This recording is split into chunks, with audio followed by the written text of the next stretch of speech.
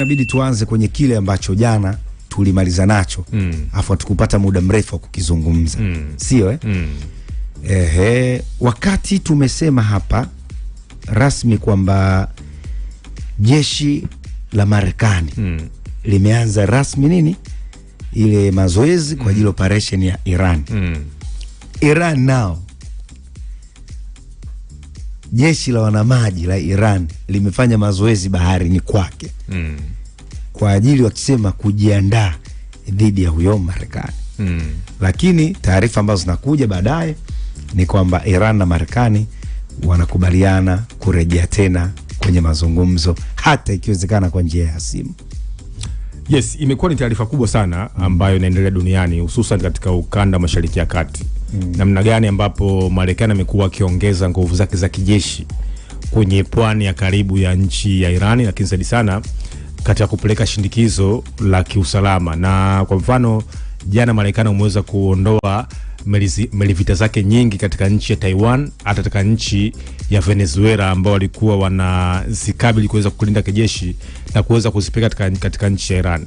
Kwa hii imekuwa ni shindikizo kubwa sana la kidiplomasia ambalo limekuwa likiongezeka katika nguvu za kijeshi. Kwa upande wa pili, kama ulivyosema kwamba Iran wamekuwa wakijiandaa kwa kipindi kirefu, na wao wamesema wazi kabisa kwamba shambulio lolote dhidi yao na wapo tayari kuzungumza, kuna njia ya kidiplomasia, kinzadi sana wapo tayari kuzungumza au wapo tayari kuweza kukabiliana kijeshi dhidi ya Marekani. Sasa hoja msingi ni kwamba hapa ni katika mazungumzo ambayo yataendelea leo katika nchi ya Oman. Nafahamu kwamba hii inakuwa ni duru ya 3 ya mazungumzo kati ya Marekani dhidi ya nchi ya Iran, na hiyo inakuja baada ya ziara ya Benjamin Netanyahu kwenda kwa Rais Trump kuzungumza naye, kuweka maslahi yake katika nchi ya Marekani, na vile ambavyo Waisraeli wanavyoitazama Iran, na dhidi ambavyo Iran wakiongozwa kina Ali Shamkhani wakina Basi Ragachi kuhakikisha kwamba wao wanakabiliana na kina Steve Witkoff na Jared Kushner na kuzungumza kwamba namna gani kuzungumza mpango salama wa nyuklia. Sasa hapa unapokea kuna vitu vya kujifunza kama viwili. Cha kwanza, haya ndio moja ya mazungumzo tafu zaidi kuwahi kutokea ya nyuklia kati ya Irani na Marekani. Ni mazungumzo magumu. Kwa sababu kuna mazungumzo ya kidiplomasia au ambayo inaitwa international negotiation, kuna mediocre diplomacy na kuna tough negotiation au tunaita negotiation power. Yani kuna mazungumzo yenye kiwango duni ambao mataifa mawili yanazungumza ambayo hayana kiwango sawa cha uwiano wa nguvu. Lakini kuna mazungumzo ambayo yanakutanisha nchi ambayo yana kiwango sawa cha uwiano wa nguvu. Kitendo kwa mfano cha Marekani kupeleka meli vita zake na kitendo cha Irani kufanya mazoezi na kuweza kujibu na hata kuzipanga silaha zao za kimkakati, intercontinental ballistic missile na Shahid, maana ni kwamba kuna meza mazungumzo, kuna mizania sawa ya matumizi ya kijeshi au matumizi ya kutumia njia za kidiplomasia. Kwa maana kwamba hiyo dhana inaitwa stick or call out, kwa maana kwamba unakaa kwenye meza mazungumzo, at the same time unaweza kutumia matumizi makubwa ya nguvu au kama wanavyoitwa kitaalamu kwamba ni hard power. Sasa ukiangalia ni kwamba hoja ambazo zimeendelea kuzungumzwa na ambazo zinaendelea vile kujadiliwa ni hoja mbili. Mpango wa kwanza ni mpango wa Irani kuweza kurudisha nyuma mpango wake wa nyuklia. Ndio ambacho wanachotaka Marekani wakiongozwa na nchi ya Israeli na Benjamin Netanyahu. Ule mpango wa kwanza. Kwamba lazima Irani iweze kupunguza nguvu zake na uwezo wa nyuklia. Lakini hiyo hoja ukitazama kwa Irani wamekuwa wakiipinga. Wao wanasema wapo tayari kuzungumza mpango salama wa nyuklia, sio kuacha kuendeleza mpango wao wa nyuklia. Hilo la kwanza. Lakini la pili ni hoja hiyo ya kudhamini makundi ya itikadi kali kwa mtazamo wa Kimarekani, lakini dhidi ya kuweza kupunguza uwezo wa Irani kuweza kuzalisha zile ambazo zinaitwa drone, kamikaze na intercontinental ballistic missile. Kwa upande wa Iran wanasema huo ni mkakati wao wa kuweza kulinda nchi yao. Kwa sababu unafahamu kazi kubwa ya jeshi lolote katika nchi ni kulinda nchi husika. Mipaka nchi kwa sawa. Of course, mipaka nchi kwa sawa. Nchi raia wake lazima waweze kuwa salama. Kwa hiyo wao wanasema kwamba hawawezi kukubali kuweza kurudisha nyuma mpango wao kuweza kuzalisha nguvu za intercontinental ballistic missile. Sasa ukiona kabisa kwamba hapo kuna meza mazungumzo, ni kwamba wanazungumza mataifa ambayo yote ya negotiation power, yani yote na turufu yanaweza kapelekea athari kwa nchi moja au athari kwa kikanda. Na Ayatollah Khamenei alitoa kauli jana, nafikiri jana ulizungumza hapo kwamba wao wapo tayari hata kuanzisha vita dhidi ya washirika wa Marekani na hata dhidi ya nchi ya Marekani. Kuna hoja ambayo mtu anaweza akajiuliza kwamba okay, je, Iran anaweza kupambana na Marekani? Hilo ni jambo jingine. Lakini ukitazama athari, wanaweza. Lakini vile kwa nini Marekani ni ngumu kupambana na Iran? Mpaka leo tangu wazungumze. Unakumbuka Irani aliweza kupigana na nchi na Umoja wa Kisovieti takriban miaka 8, miaka 80. Hawa Israeli wamepambana na Hamas miaka 2 sasa hivi. Kumbuka ni Hamas wapiganaji, sio jeshi taifa zima. Sio taifa, ni kikundi cha Hamas.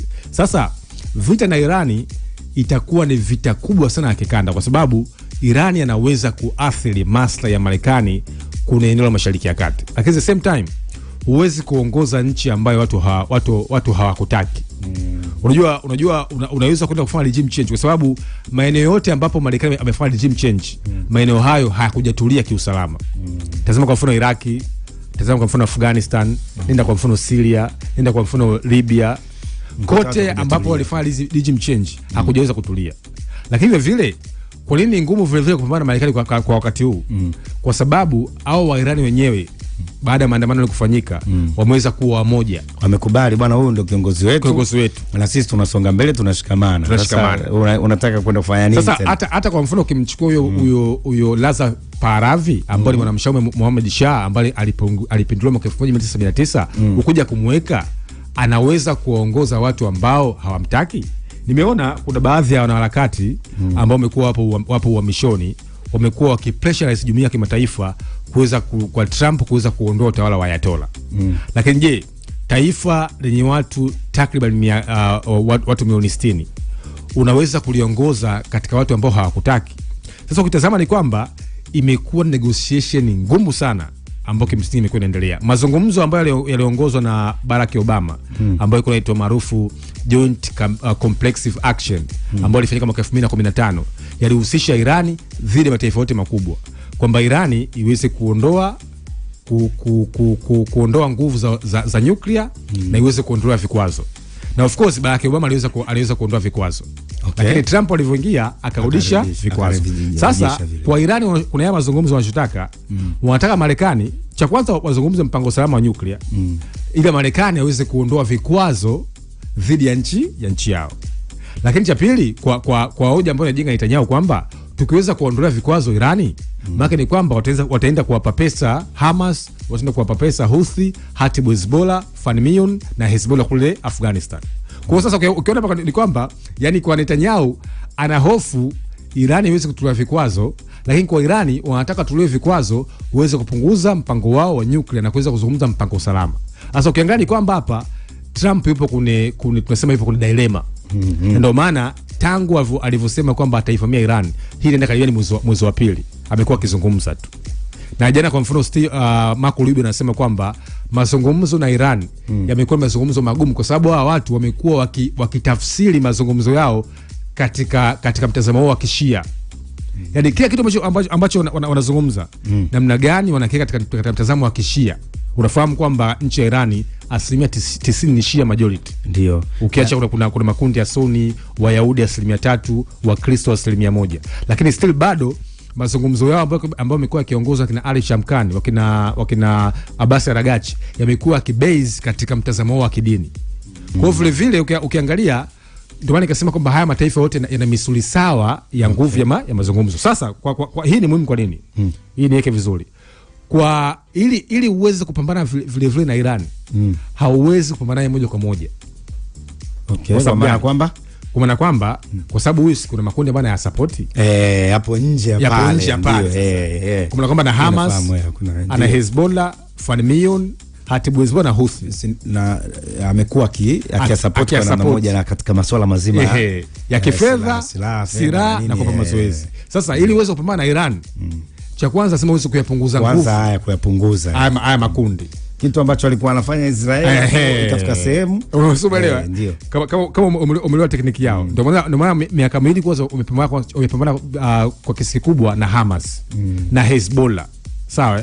Lakini vivyo kutazama hawa Shia majority ambao wengi kwa mfano kule katika nchi ya Iraq, huyo Grand Ayatollah al-Sistani amesema kwamba wao wataungana na nchi ya Iran kuweza kumlinda Ayatollah.